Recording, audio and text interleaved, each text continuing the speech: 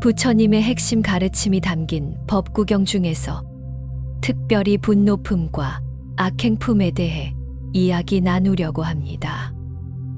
우리 현대인들이 일상에서 자주 마주하는 분노와 악행의 문제를 부처님은 어떻게 바라보셨는지, 그리고 우리가 이를 어떻게 극복할 수 있는지 함께 살펴보겠습니다. 법구경은 부처님의 가르침을 423개의 식으로 정리한 경전입니다. 이 중에서 분노품은 인간의 가장 파괴적인 감정 중 하나인 분노를 다루고, 악행품은 우리의 행동이 가져오는 결과에 대해 가르치고 있습니다.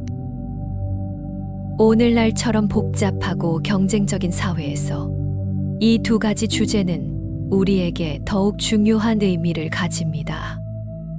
분노의 본질과 극복은 어떻게 해야 할까요? 먼저 법구경의 분노품에 담긴 가르침을 살펴보겠습니다. 분노품에서 가장 유명한 부처님 말씀은 이렇습니다. 증오는 결코 증오로서 사라지지 않고 오직 사랑으로만 사라진다. 이것은 영원한 진리이다. 이 짧은 구절에는 인류 역사의 모든 갈등과 분쟁에 대한 해답이 담겨 있습니다. 증오와 분노는 같은 방식으로는 해결되지 않는다는 것입니다. 물에 기름을 부어 불을 끌 수 없듯이 분노에 분노로 대응하면 상황은 더욱 악화될 뿐입니다. 분노품의 또 다른 중요한 가르침은 이것입니다. 분노를 이기는 자는 진정한 승리자이다. 왜냐하면 그 승리는 항상 지속되기 때문이다. 이 구절은 진정한 승리가 외부의 적을 물리치는 것이 아니라 내면의 적인 분노를 다스리는 데 있다고 가르칩니다. 역사상 가장 위대한 정복자들의 제국도 결국 무너졌지만 자신의 분노를 이긴 사람의 승리는 영원합니다. 분노품에서는 또한 이렇게 말합니다. 다른 사람의 잘못은 쉽게 보이나 자신의 잘못은 보기 어렵다. 남의 잘못은 키질하듯 헤아리지만 자신의 잘못은 교활한 도박꾼처럼 숨긴다. 이 가르침은 우리가 분노할 때 흔히 보이는 이중잣대를 지적합니다. 타인의 실수나 단점에는 매우 엄격하면서 자신의 잘못에는 관대한 경향이 있습니다. 이러한 불균형이 분노와 갈등을 더욱 키우게 됩니다.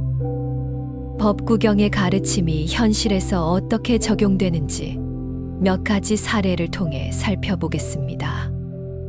첫 번째는 부처님의 제자 중 하나였던 앙굴리말라의 이야기입니다. 그는 원래 선량한 수행자였지만 악한 스승의 속임수에 넘어가 많은 사람들을 죽이고 그들의 손가락으로 목걸이를 만드는 살인자가 되었습니다. 어느 날 그는 부처님을 만났고 부처님은 그를 두려워하지 않고 평화롭게 대했습니다. 부처님의 평온함과 자비에 감명받은 앙굴리말라는 자신의 분노와 폭력성을 내려놓고 수행자의 길로 돌아왔습니다. 이 이야기는 증오를 사랑으로 극복한 완벽한 예시입니다. 부처님이 앙굴리말라에게 분노나 두려움으로 대응했다면 결코 그를 변화시킬 수 없었을 것입니다. 두 번째 사례는 현대적 상황입니다. 회사에서 동료가 내 공로를 가로채고 상사에게 나쁜 말을 전했다고 가정해 봅시다. 자연스러운 반응은 분노하고 복수하는 것일 수 있습니다. 하지만 법구경의 가르침을 적용한다면 우리는 먼저 자신의 분노를 인식하고 그것에 휩쓸리지 않도록 노력할 것입니다. 그리고 동료에게 직접 대화를 시도하거나 설령 대화가 불가능하더라도 증오의 감정을 품지 않도록 자신의 마음을 지킬 것입니다.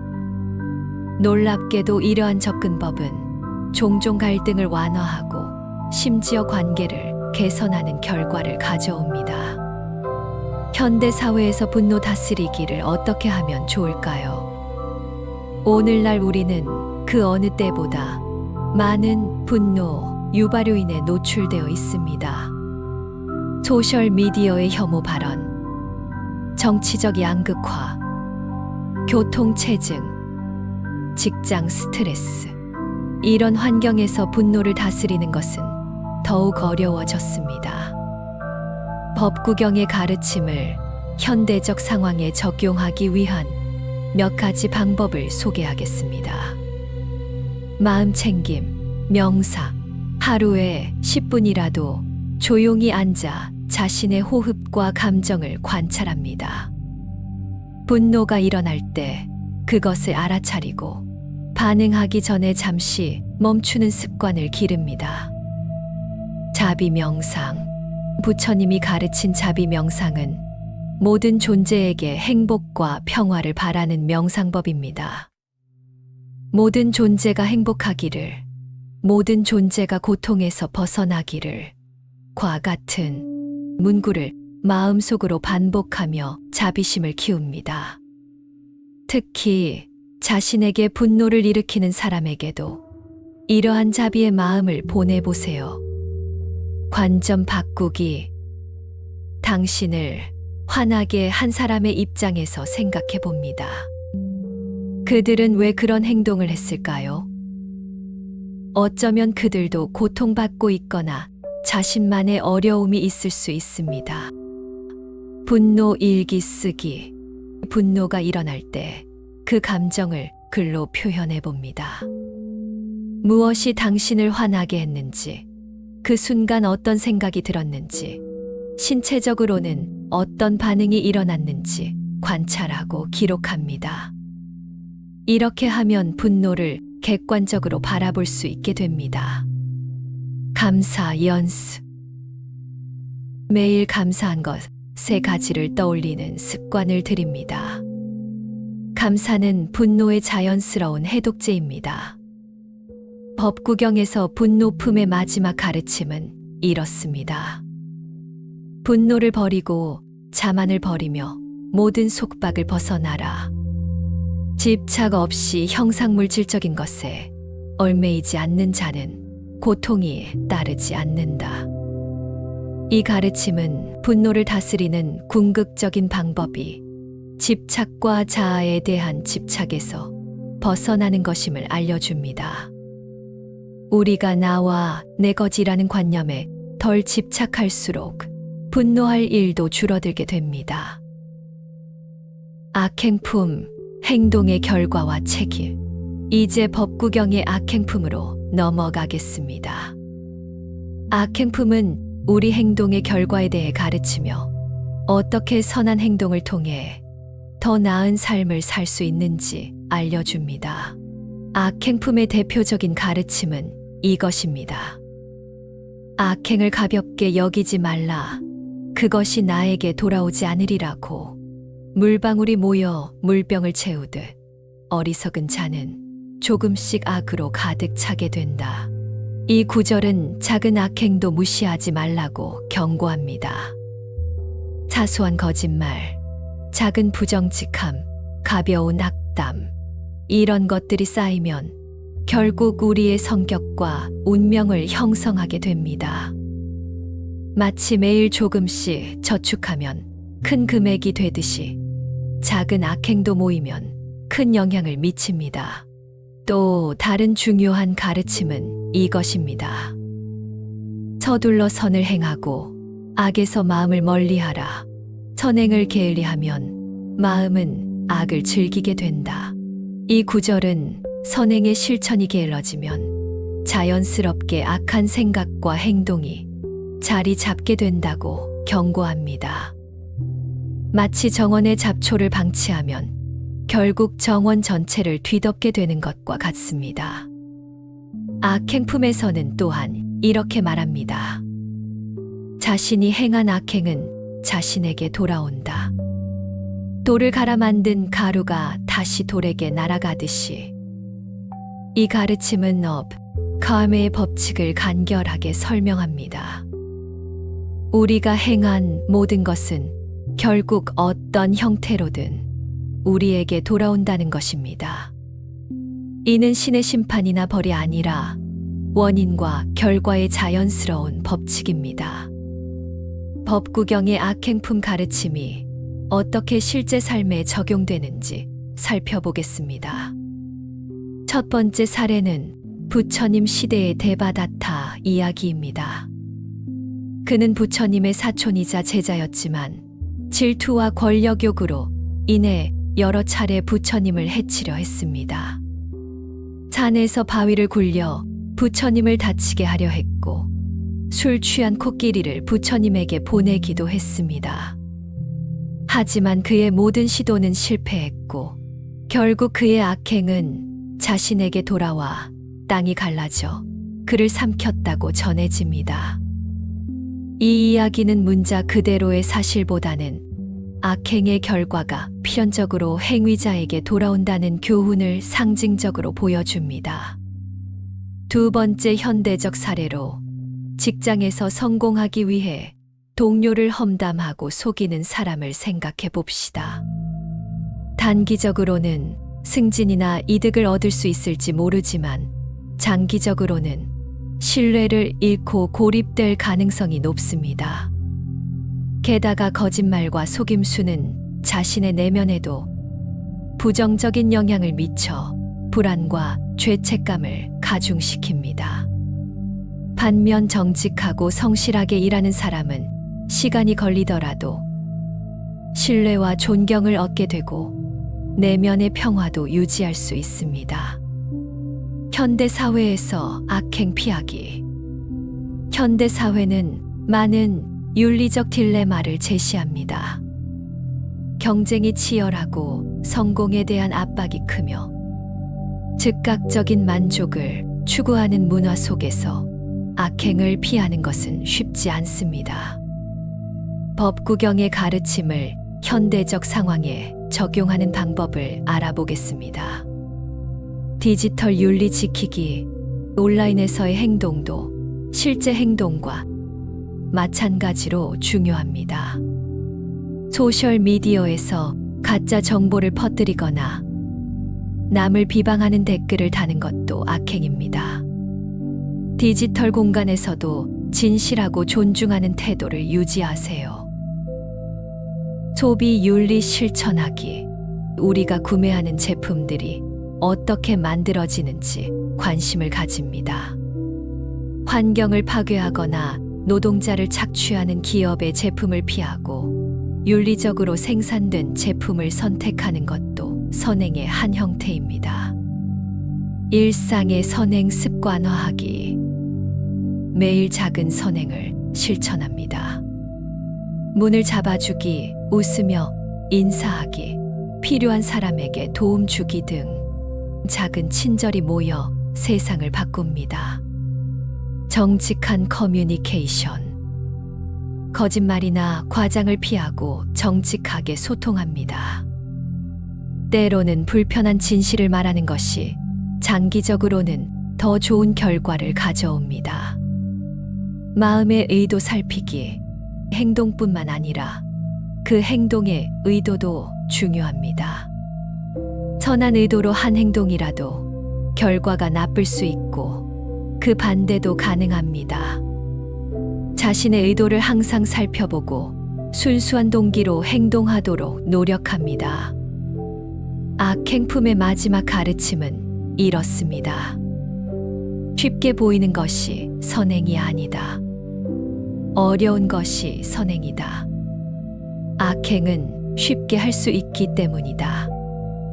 이 가르침은 선행의 길이 항상 쉽지는 않다는 현실을 인정합니다. 짧은 시간에 보면 악행이 더 쉽고 이득이 있어 보일 수 있습니다. 하지만 긴 안목으로 보면 선행의 길이 진정한 행복과 평화로 이어진다는 것이 부처님의 가르침입니다. 분노품과 악행품의 상호 연결성은 어떤 걸까요? 분노와 악행은 밀접하게 연결되어 있습니다. 분노는 종종 악행의 씨앗이 되고 악행은 더 많은 분노를 낳습니다. 이것은 끝없는 악순환이 될 수 있습니다. 법구경에서는 이 두 가지를 함께 극복할 수 있는 지혜를 제공합니다.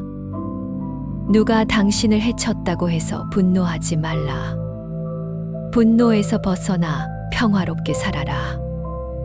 분노에서 벗어나는 것이 최고의 선행이다. 이 구절은 분노를 다스리는 것이 바로 선행의 한 형태임을 알려줍니다. 분노를 참고 자비를 베푸는 행동은 단순히 감정 조절의 문제가 아니라 적극적인 선행인 것입니다. 분노와 악행을 넘어서는 수행 방법. 부처님은 분노와 악행을 극복하기 위한 구체적인 수행법도 가르치셨습니다. 오늘날 우리도 활용할 수 있는 방법들입니다. 도를 깨닫는 4가지 수행 방법이 있는데 몸, 느낌, 마음, 법 현상을 관찰하는 명상법입니다. 특히 분노가 일어날 때 그것이 몸에 어떤 감각을 일으키는지, 어떤 생각이 함께 일어나는지 관찰하면 분노에 휩쓸리지 않을 수 있습니다. 지켜야 할 5가지 계율이 있습니다. 생명을 해치지 않는다. 도둑질하지 않는다. 부적절한 성적 행동을 하지 않는다. 거짓말을 하지 않는다. 술을 마셔 정신을 흐리지 않는다. 이 5가지 기본 계율을 지키는 것만으로도 많은 악행을 예방할 수 있습니다.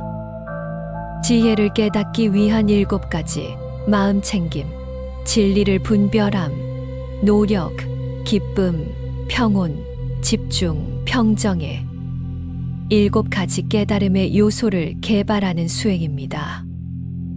이 7가지 요소가 균형 있게 발달하면 분노와 악행을 자연스럽게 극복할 수 있습니다. 자무량 수행도 있습니다.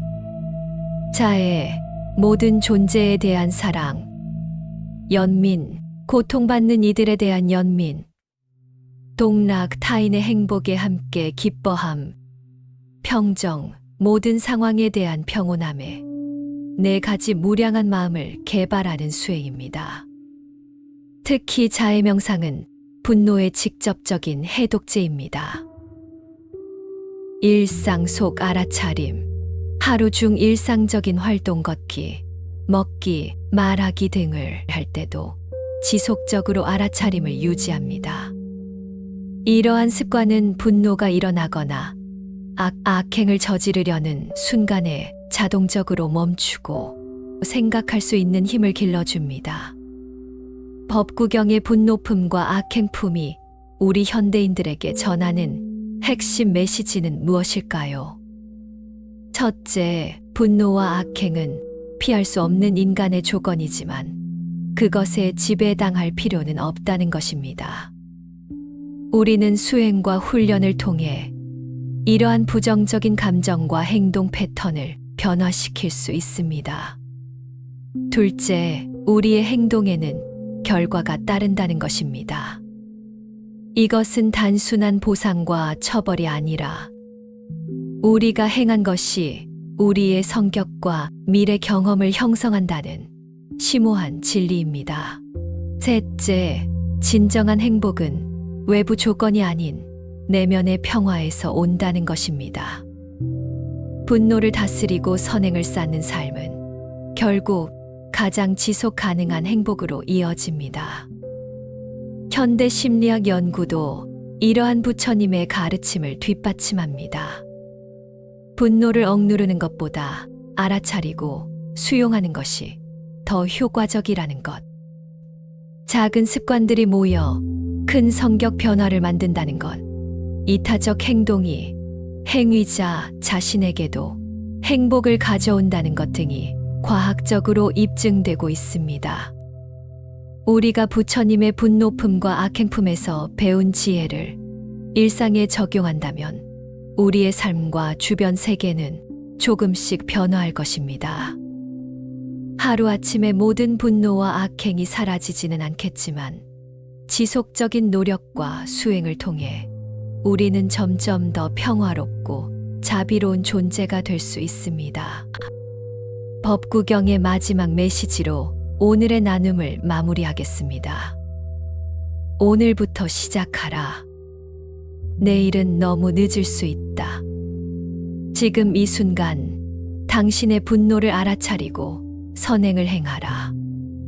그것이 진정한 행복으로 가는 길이다. 모든 존재가 분노에서 자유롭고 선행을 통해 행복하기를 기원합니다. 다시 한번 천천히 마음에 새기며 들어보세요. 부처님의 핵심 가르침이 담긴 법구경 중에서 특별히 분노품과 악행품에 대해 이야기 나누려고 합니다.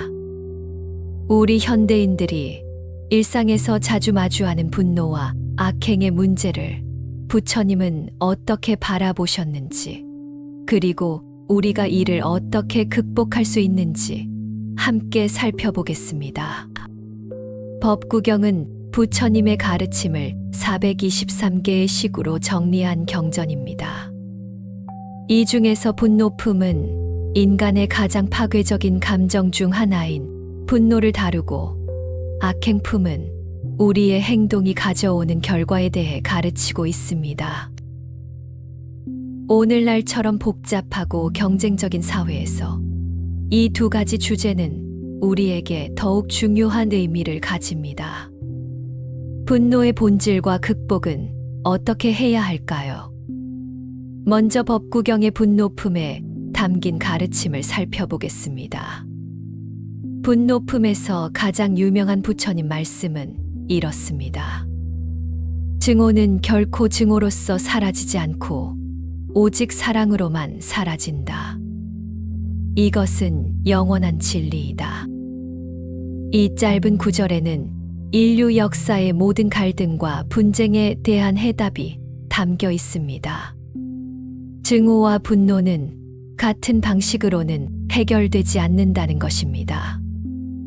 물에 기름을 부어 불을 끌 수 없듯이 분노에 분노로 대응하면 상황은 더욱 악화될 뿐입니다. 분노품의 또 다른 중요한 가르침은 이것입니다. 분노를 이기는 자는 진정한 승리자이다. 왜냐하면 그 승리는 항상 지속되기 때문이다. 이 구절은 진정한 승리가 외부의 적을 물리치는 것이 아니라 내면의 적인 분노를 다스리는 데 있다고 가르칩니다. 역사상 가장 위대한 정복자들의 제국도 결국 무너졌지만 자신의 분노를 이긴 사람의 승리는 영원합니다. 분노품에서는 또한 이렇게 말합니다.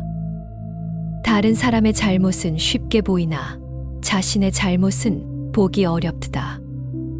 남의 잘못은 키질하듯 헤아리지만 자신의 잘못은 교활한 도박꾼처럼 숨긴다. 이 가르침은 우리가 분노할 때 흔히 보이는 이중잣대를 지적합니다. 타인의 실수나 단점에는 매우 엄격하면서 자신의 잘못에는 관대한 경향이 있습니다. 이러한 불균형이 분노와 갈등을 더욱 키우게 됩니다. 법구경의 가르침이 현실에서 어떻게 적용되는지 몇 가지 사례를 통해 살펴보겠습니다. 첫 번째는 부처님의 제자 중 하나였던 앙굴리말라의 이야기입니다. 그는 원래 선량한 수행자였지만 악한 스승의 속임수에 넘어가 많은 사람들을 죽이고 그들의 손가락으로 목걸이를 만드는 살인자가 되었습니다. 어느 날 그는 부처님을 만났고 부처님은 그를 두려워하지 않고 평화롭게 대했습니다. 부처님의 평온함과 자비에 감명받은 앙굴리말라는 자신의 분노와 폭력성을 내려놓고 수행자의 길로 돌아왔습니다. 이 이야기는 증오를 사랑으로 극복한 완벽한 예시입니다. 부처님이 앙굴리말라에게 분노나 두려움으로 대응했다면 결코 그를 변화시킬 수 없었을 것입니다. 두 번째 사례는 현대적 상황입니다. 회사에서 동료가 내 공로를 가로채고 상사에게 나쁜 말을 전했다고 가정해 봅시다. 자연스러운 반응은 분노하고 복수하는 것일 수 있습니다. 하지만 법구경의 가르침을 적용한다면 우리는 먼저 자신의 분노를 인식하고 그것에 휩쓸리지 않도록 노력할 것입니다. 그리고 동료에게 직접 대화를 시도하거나 설령 대화가 불가능하더라도 증오의 감정을 품지 않도록 자신의 마음을 지킬 것입니다. 놀랍게도 이러한 접근법은 종종 갈등을 완화하고 심지어 관계를 개선하는 결과를 가져옵니다. 현대 사회에서 분노 다스리기를 어떻게 하면 좋을까요? 오늘날 우리는 그 어느 때보다 많은 분노 유발요인에 노출되어 있습니다. 소셜 미디어의 혐오 발언, 정치적 양극화, 교통체증, 직장 스트레스. 이런 환경에서 분노를 다스리는 것은 더욱 어려워졌습니다. 법구경의 가르침을 현대적 상황에 적용하기 위한 몇 가지 방법을 소개하겠습니다. 마음챙김, 명상. 하루에 10분이라도 조용히 앉아 자신의 호흡과 감정을 관찰합니다. 분노가 일어날 때 그것을 알아차리고 반응하기 전에 잠시 멈추는 습관을 기릅니다. 자비 명상. 부처님이 가르친 자비 명상은 모든 존재에게 행복과 평화를 바라는 명상법입니다. 모든 존재가 행복하기를, 모든 존재가 고통에서 벗어나기를 과 같은 문구를 마음속으로 반복하며 자비심을 키웁니다.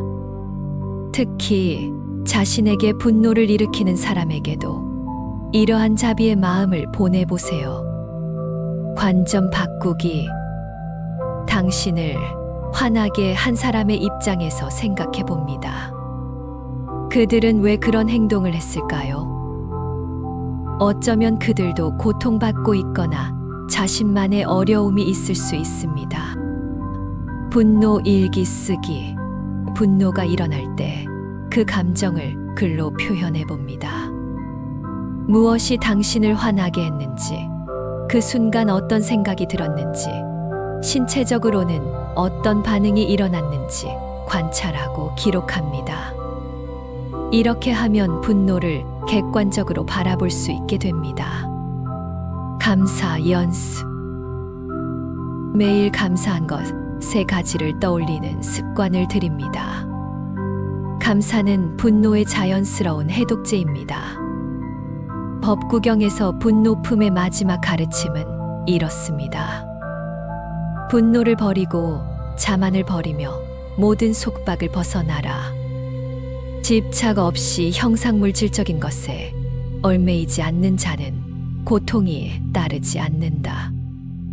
이 가르침은 분노를 다스리는 궁극적인 방법이 집착과 자아에 대한 집착에서 벗어나는 것임을 알려줍니다. 우리가 나와 내 것이라는 관념에 덜 집착할수록 분노할 일도 줄어들게 됩니다. 악행품, 행동의 결과와 책임. 이제 법구경의 악행품으로 넘어가겠습니다.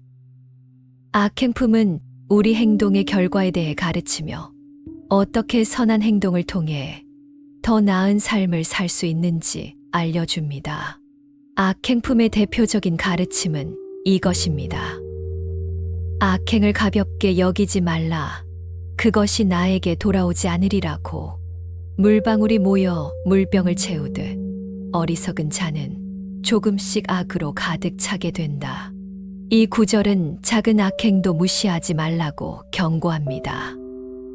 사소한 거짓말, 작은 부정직함, 가벼운 악담, 이런 것들이 쌓이면 결국 우리의 성격과 운명을 형성하게 됩니다.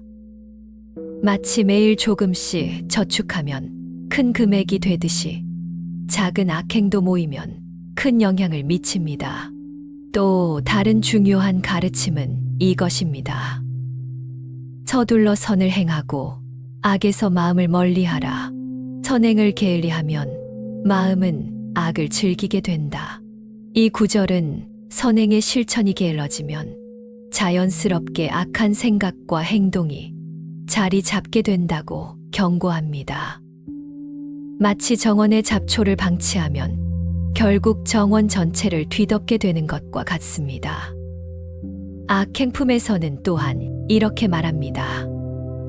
자신이 행한 악행은 자신에게 돌아온다.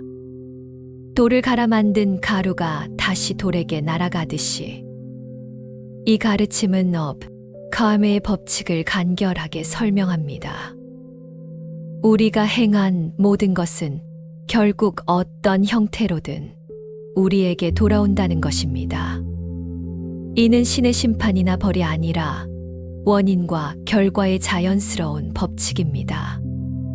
법구경의 악행품 가르침이 어떻게 실제 삶에 적용되는지 살펴보겠습니다. 첫 번째 사례는 부처님 시대의 대바다타 이야기입니다. 그는 부처님의 사촌이자 제자였지만 질투와 권력욕으로 인해 여러 차례 부처님을 해치려 했습니다. 산에서 바위를 굴려 부처님을 다치게 하려 했고 술 취한 코끼리를 부처님에게 보내기도 했습니다. 하지만 그의 모든 시도는 실패했고 결국 그의 악행은 자신에게 돌아와 땅이 갈라져 그를 삼켰다고 전해집니다. 이 이야기는 문자 그대로의 사실보다는 악행의 결과가 필연적으로 행위자에게 돌아온다는 교훈을 상징적으로 보여줍니다. 두 번째 현대적 사례로 직장에서 성공하기 위해 동료를 험담하고 속이는 사람을 생각해 봅시다. 단기적으로는 승진이나 이득을 얻을 수 있을지 모르지만 장기적으로는 신뢰를 잃고 고립될 가능성이 높습니다.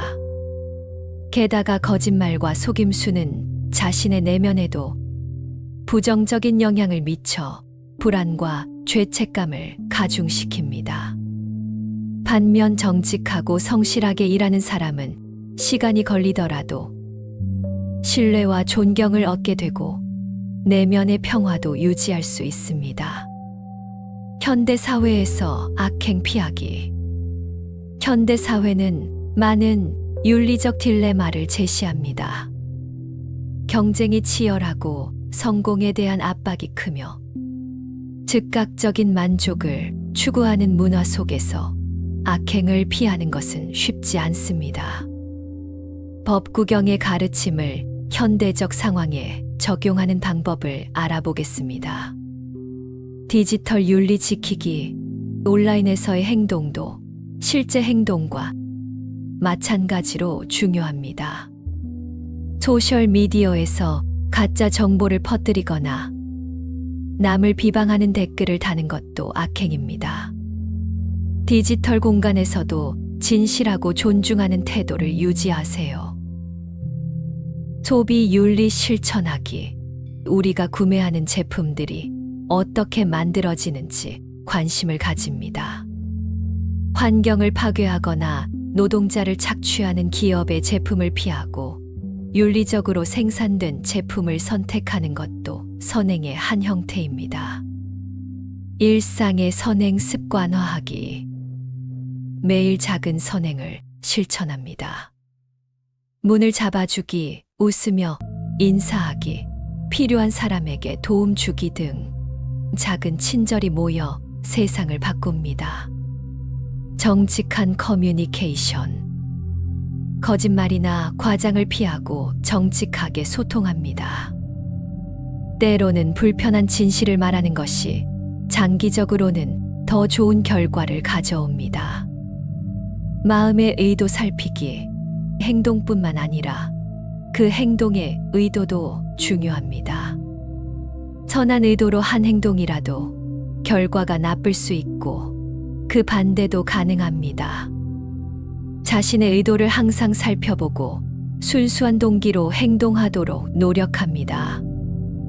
악행품의 마지막 가르침은 이렇습니다. 쉽게 보이는 것이 선행이 아니다. 어려운 것이 선행이다. 악행은 쉽게 할 수 있기 때문이다. 이 가르침은 선행의 길이 항상 쉽지는 않다는 현실을 인정합니다. 짧은 시간에 보면 악행이 더 쉽고 이득이 있어 보일 수 있습니다. 하지만 긴 안목으로 보면 선행의 길이 진정한 행복과 평화로 이어진다는 것이 부처님의 가르침입니다. 분노품과 악행품의 상호 연결성은 어떤 걸까요? 분노와 악행은 밀접하게 연결되어 있습니다. 분노는 종종 악행의 씨앗이 되고 악행은 더 많은 분노를 낳습니다. 이것은 끝없는 악순환이 될 수 있습니다. 법구경에서는 이 두 가지를 함께 극복할 수 있는 지혜를 제공합니다. 누가 당신을 해쳤다고 해서 분노하지 말라. 분노에서 벗어나 평화롭게 살아라. 분노에서 벗어나는 것이 최고의 선행이다. 이 구절은 분노를 다스리는 것이 바로 선행의 한 형태임을 알려줍니다. 분노를 참고 자비를 베푸는 행동은 단순히 감정 조절의 문제가 아니라 적극적인 선행인 것입니다. 분노와 악행을 넘어서는 수행 방법. 부처님은 분노와 악행을 극복하기 위한 구체적인 수행법도 가르치셨습니다.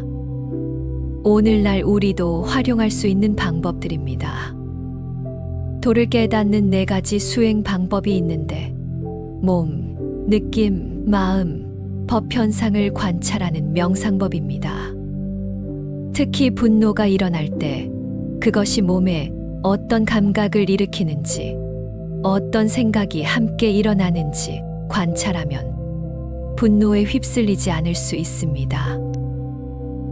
지켜야 할 5가지 계율이 있습니다.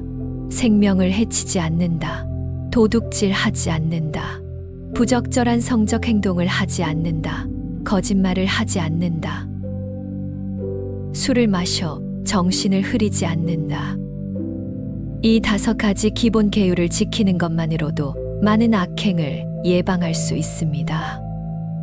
지혜를 깨닫기 위한 7가지 마음 챙김, 진리를 분별함, 노력, 기쁨, 평온, 집중, 평정의 7가지 깨달음의 요소를 개발하는 수행입니다. 이 7가지 요소가 균형 있게 발달하면 분노와 악행을 자연스럽게 극복할 수 있습니다. 자무량 수행도 있습니다. 자애, 모든 존재에 대한 사랑, 연민, 고통받는 이들에 대한 연민, 동락, 타인의 행복에 함께 기뻐함, 평정, 모든 상황에 대한 평온함에 4가지 무량한 마음을 개발하는 수행입니다. 특히 자애 명상은 분노의 직접적인 해독제입니다. 일상 속 알아차림, 하루 중 일상적인 활동 걷기, 먹기, 말하기 등을 할 때도 지속적으로 알아차림을 유지합니다. 이러한 습관은 분노가 일어나거나 악행을 저지르려는 순간에 자동적으로 멈추고 생각할 수 있는 힘을 길러줍니다. 법구경의 분노품과 악행품이 우리 현대인들에게 전하는 핵심 메시지는 무엇일까요? 첫째, 분노와 악행은 피할 수 없는 인간의 조건이지만 그것에 지배당할 필요는 없다는 것입니다. 우리는 수행과 훈련을 통해 이러한 부정적인 감정과 행동 패턴을 변화시킬 수 있습니다. 둘째, 우리의 행동에는 결과가 따른다는 것입니다. 이것은 단순한 보상과 처벌이 아니라 우리가 행한 것이 우리의 성격과 미래 경험을 형성한다는 심오한 진리입니다. 셋째, 진정한 행복은 외부 조건이 아닌 내면의 평화에서 온다는 것입니다. 분노를 다스리고 선행을 쌓는 삶은 결국 가장 지속 가능한 행복으로 이어집니다. 현대 심리학 연구도 이러한 부처님의 가르침을 뒷받침합니다.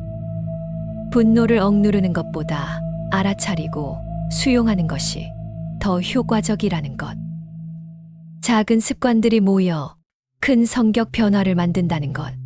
이타적 행동이 행위자 자신에게도 행복을 가져온다는 것 등이 과학적으로 입증되고 있습니다. 우리가 부처님의 분노품과 악행품에서 배운 지혜를 일상에 적용한다면 우리의 삶과 주변 세계는 조금씩 변화할 것입니다. 하루아침에 모든 분노와 악행이 사라지지는 않겠지만 지속적인 노력과 수행을 통해 우리는 점점 더 평화롭고 자비로운 존재가 될 수 있습니다. 법구경의 마지막 메시지로 오늘의 나눔을 마무리하겠습니다. 오늘부터 시작하라. 내일은 너무 늦을 수 있다. 지금 이 순간 당신의 분노를 알아차리고 선행을 행하라. 그것이 진정한 행복으로 가는 길이다. 모든 존재가 분노에서 자유롭고 선행을 통해 행복하기를 기원합니다. 다시 한번 천천히 마음에 새기며 들어보세요.